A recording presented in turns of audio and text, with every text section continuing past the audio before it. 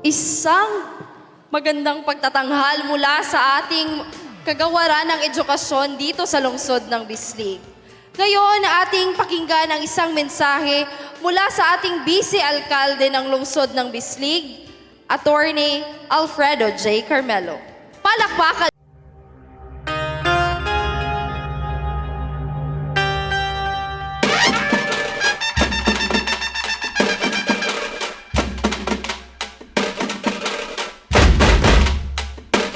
Salamat, magandang binibini. Sadyang isang napakalaking hamon para sa akin ang magsalita ng salitang Pilipino. Nahirapan man tayo pero gagawin natin ang lahat para makapagsalita ng sariling wika. Isang pagpupugay sa mga lingkod bayan galing sa atong probinsya. Nandito po ang ating kagalang-galang Margarita Garay. Pwede po tayong mamalakpak po. Nandito po ang ating kagalang-galang na sangguniang panglalawigan, kagalang-galang Ricky Sayawan.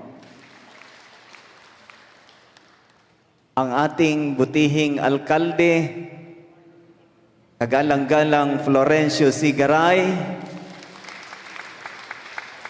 ang aking mga kasamahan sa ikasyam na sangguniang panglungsod, nandirito, kagalang-galang Pedrito Sulapas, kagalang-galang Victor Alvar Jr., kagalang-galang Soriano R. Casas, kagalang-galang Jenimer Chicano, kagalang-galang Bernadette May Almanon Balundo, kagalang-galang Mario S. Alviso, kagalang-galang Winston Y. Sia, kagalang-galang Rinaldo Dominguez, kagalang-galang Rolando E. Milian, at kagalang-galang Florio Usapat Jr.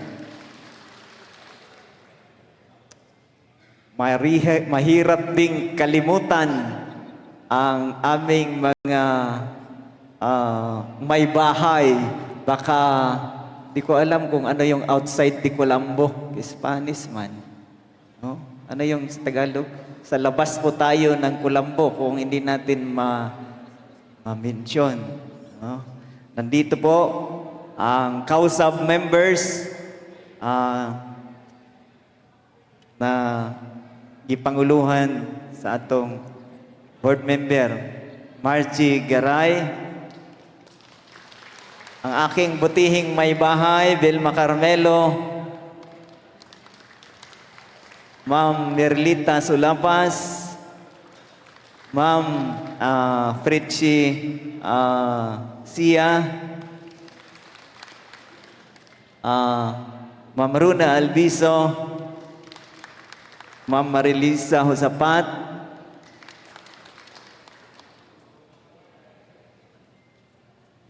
mga DepEd family na nandirito, pinanguluhan ni Ma'am Gima Dipas,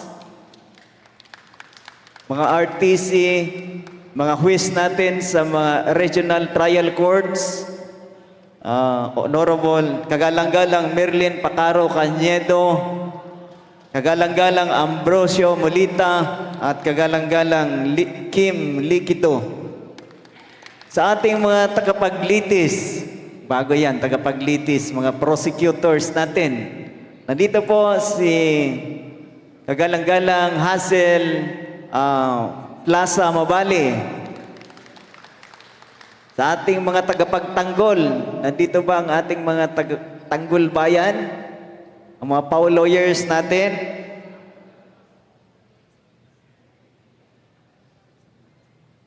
Attorney Daisy Labao Ascension, nandito ba sila?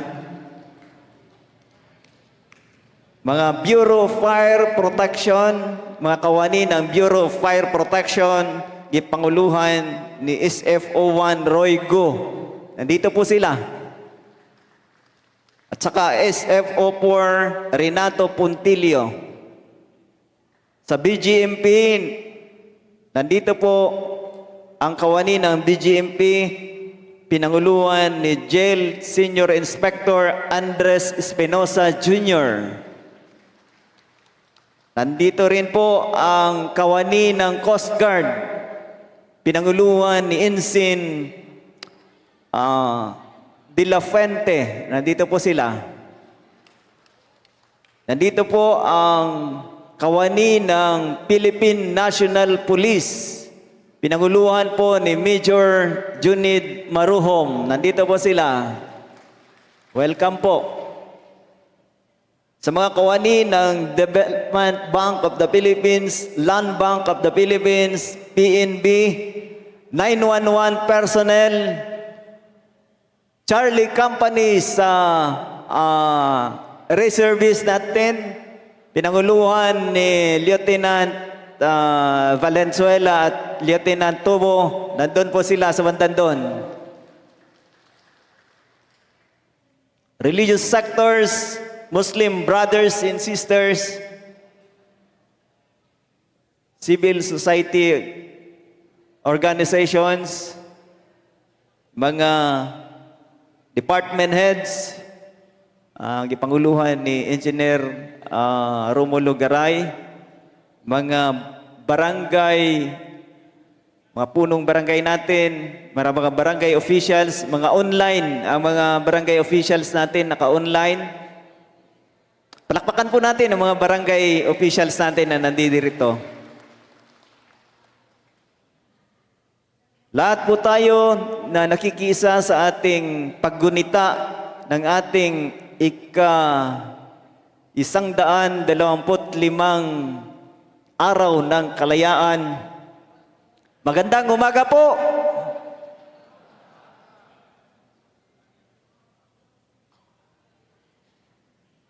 Ikinagagalak po natin na ang siyudad sa Bislig ay nakapaggunita ng ating araw ng ating kasarinlan.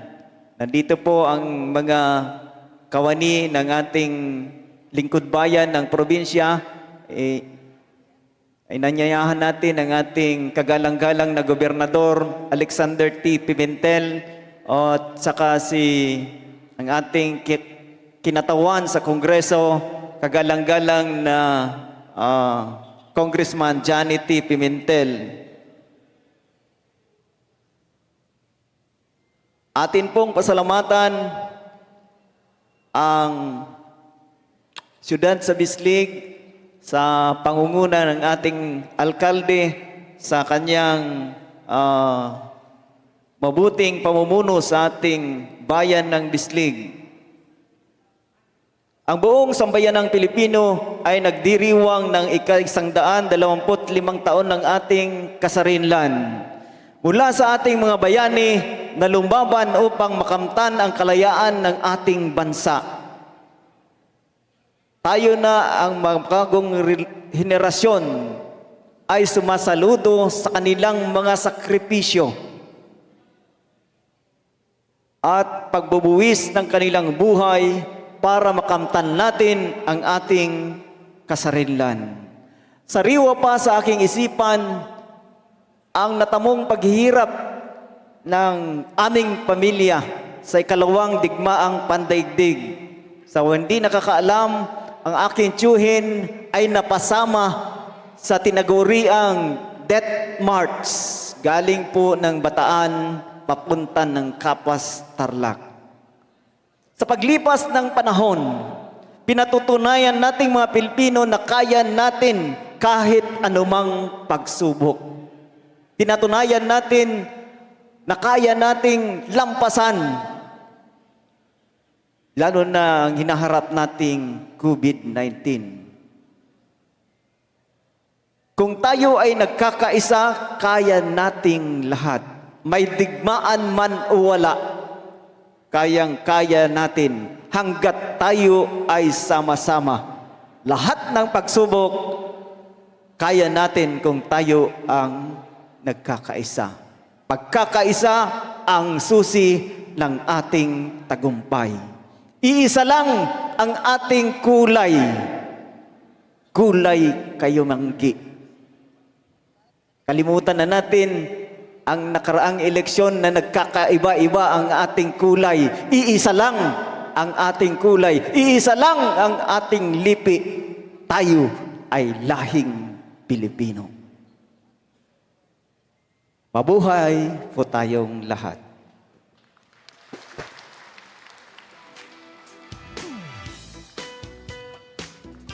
Maraming salamat po, Attorney Alfredo J. Carmelo. Alam niyo po, ang ating pagtitipon ngayong umaga ay sabay-sabay na mapapanood sa telebisyon at even sa ating Zoom.